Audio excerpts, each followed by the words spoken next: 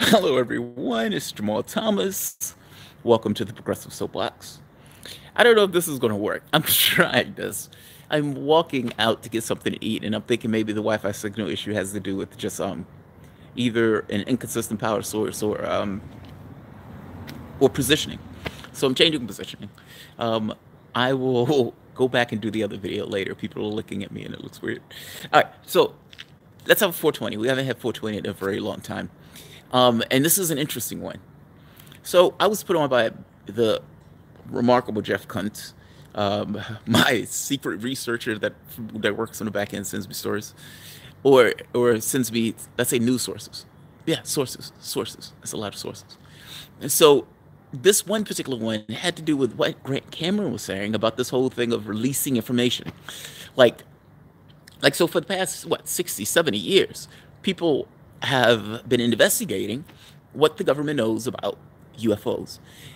During that time period, there's been information that's been leaked to various people who were part of, let's say, who were from intelligence communities. And that information, to some degree, turned out to be wrong or altered or off. Now, Grant's point is, look, any information that's released on this is going to be off or awkward or altered. You're not going to get information that's not altered because it has to be altered if it's put out because there needs to be plausible deniability built into the process. And as somebody who's full on in this camp of I want to know, just whispered in my ear, I want to know. Um, there's a logic to it. Whatever you say, it's out the box, and you're stuck with the world that you got. Meaning, if you don't know as an absolute that humanity takes this news without burning stuff down, how do you release it? How do you leak it? Yeah, I am. Yeah, I am. Um, how do you release it? How do you deal with a world like that? What you could do is to inch your way in and inch your way back every time you go forward. So here's a little bit of information. Now I'm pulling back this information. Here's a little bit of information. Wait. I can deny that information. That's not real.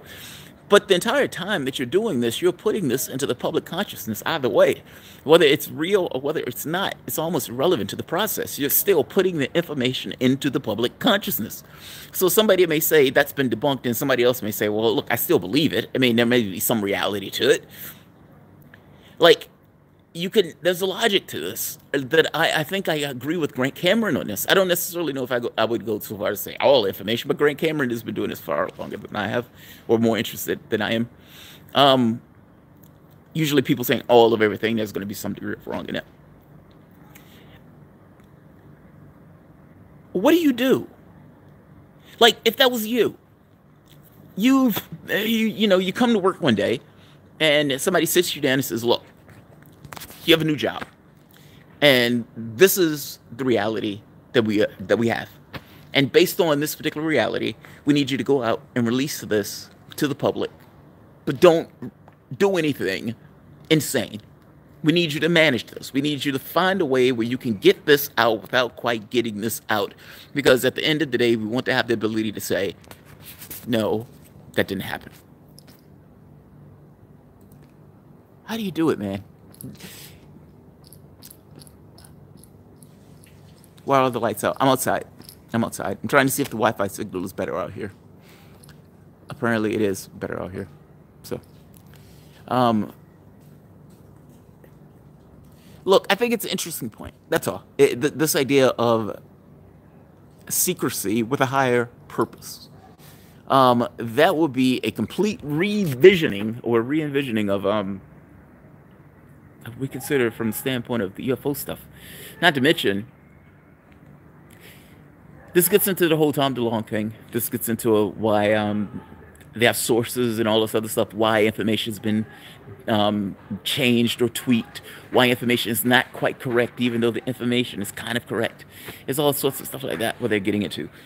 All right, I am going to leave this location because I have people staring at me, and there's somebody flipping out back there. There's somebody flipping out. All right. I'm going to get food in the direction of the guy that's flipping out. Oh, yeah, I know, right? Oh, no. That would be fucking phenomenal. Hey, hey, speaking of that, so my wife and I are just landed. We get into a cab, and that cab is taking us to our location in Cairo. As we're driving to that location in Cairo, we're going zigzag, this place, that place. And I tend to skywatch. I love the skywatch. I like to see what's up there. Nobody looks up. Nobody ever looks up. It's fucking phenomenal. There's a goddamn universe. Like, you don't even have to pay for it. There's a star that's billions of miles away. That's a fucking ball of fire. Whatever. That's me. But we're pulling out, and there's a star. I'm looking at a star. I think it's Mars. So, and I know Mars is not a star, but I'm looking at what I think to be Mars. So Mars tend to have this kind of reddish hue about it when you're looking at it, and it blows up to the size of a little sun. It's a, and it's a little ball of fire, ball of light, in the sky. And I turned to my wife and I said, "Oh my God, look at this." And my wife turns just in time to see this kind of light in the sky where the driver goes behind the building. I'm like, motherfucker, motherfucker, motherfucker. You're stuck with this thing of, like, A, what did I see? And B, with this idea of having your wife to cooperate it, well, your wife can only cooperate. I just saw light in the sky. She never saw the point where it was this tiny pinprick of light that just blew up and expanded to this magnificent ball. And I'm like, did you see it? Did you see it? Please tell me that you just saw that. Like, I can discount my own experience. But if you were right there, a human being, observing this particular thing with me, then at the very least we could say the shit happens. Now, here's the thing. This is the second time my wife has been nearby where there's been like a little something, no clue what it is, either zipping by. Now, the first time we were at an apartment complex, we were walking for work in the morning, bleary-eyed to some degree because it's early in the morning, we're dead tired, we're just kind of dragging our carcass along. And something zooms by. A little egg-shaped thing.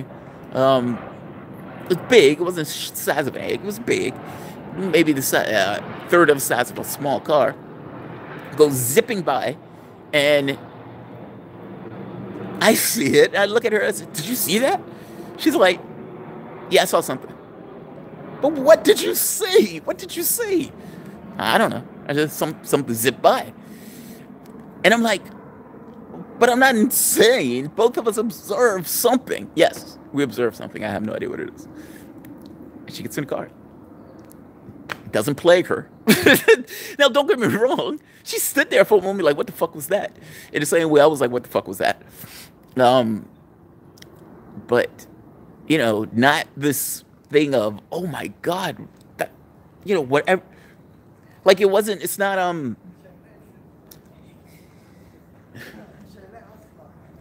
yeah, it's hard to explain. It's like the further away you get from it, the hazier the memory gets.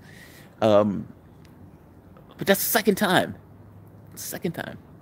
Where, and I'm saying second time in the sense of she was right there by me with something weird happening or interesting at the very least, because I have no idea what it is.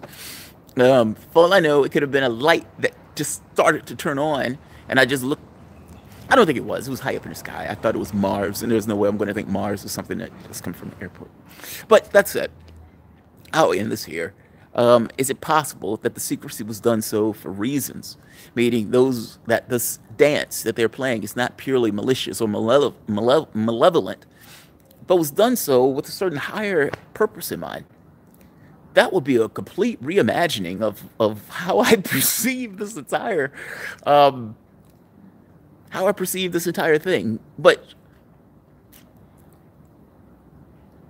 you know what I've learned. There's a quality that is difficult to master of leaving it. Like ideas. There's certain ideas you can leave. That's not necessarily an easy thing to do because people, for the most part, wed themselves to certain ideas. And it becomes an attack on not just the idea, but the flesh, the bit of skin that they have attached to that idea. It's like pulling off armor, and you end up pulling off the skin with the armor. But that's not an issue if you're not attached, if that makes sense. The attachment in this case is a problem, not necessarily the idea. The thing is, the difficulty with that is there's a certain amount of stick-to-itiveness that you need to just to function as a human being. So it's not necessarily the easiest thing to just toss ideas. I mean, you should. But it's kind of like this thing of knowing when to. I have no idea what's true. Grant Cameron may be completely right. Grant Cameron may be completely wrong. Both of those things will be a factor of belief. No clue. No clue. I do think it's fascinating, and I do think it's an interesting question to ask. If you were given a secret like that, what would you do with it? And what do you believe the consequences of that choice would be after you do that with that secret? What's levitating behind me? I don't know. You've realized I could see everything behind me in the camera, right? What is the higher good? Not having humanity rip itself to shreds. Not having humanity rip itself to shreds. I mean, because understand, the logic of this is, and do not misunderstand me in the least. I don't have this cuddly impression of the intelligence services. And oftentimes the things that they need to tell people are what they need to tell people to do whatever they need to accomplish. Morality doesn't necessarily factor into this because morality doesn't exist. Ultimately, the goal is I need to accomplish point A. I need to get from point A to point B, and how do I get from point A to point B in the most expedient way possible with the least amount of harm to myself? Everything is a game of chess. For the most part, this stuff may be an amoral process. The higher good in this case, however, goes along with this idea of this needs to be out. By the same token, we can't have humanity rip itself to shreds. And because we can't know what humanity is going to do in this situation, we need, that's worse. We need to be able to, let's say, shield the way the information is released. Tom Perez has this fanboy fascination with the CIA and these guys that just say, I don't have a fanboy fascination with them. I don't know anything about them. I guess my feeling, but I'm saying that to say, when you hear him talk about this stuff, he's like, I know you guys are doing the best for it. How do you know? How do you know? You have no idea what the intentions are. If you look at the political situation, why on earth would you believe that people are earnest, fair human beings? And why would this, for whatever reason, not touch this aspect of the world? I don't know, man. I'm going to end this because I think I'm freaking people out standing here like this. So if you guys enjoyed the content, please feel free to share, like, subscribe, and you can always support the Patreon. Thanks all.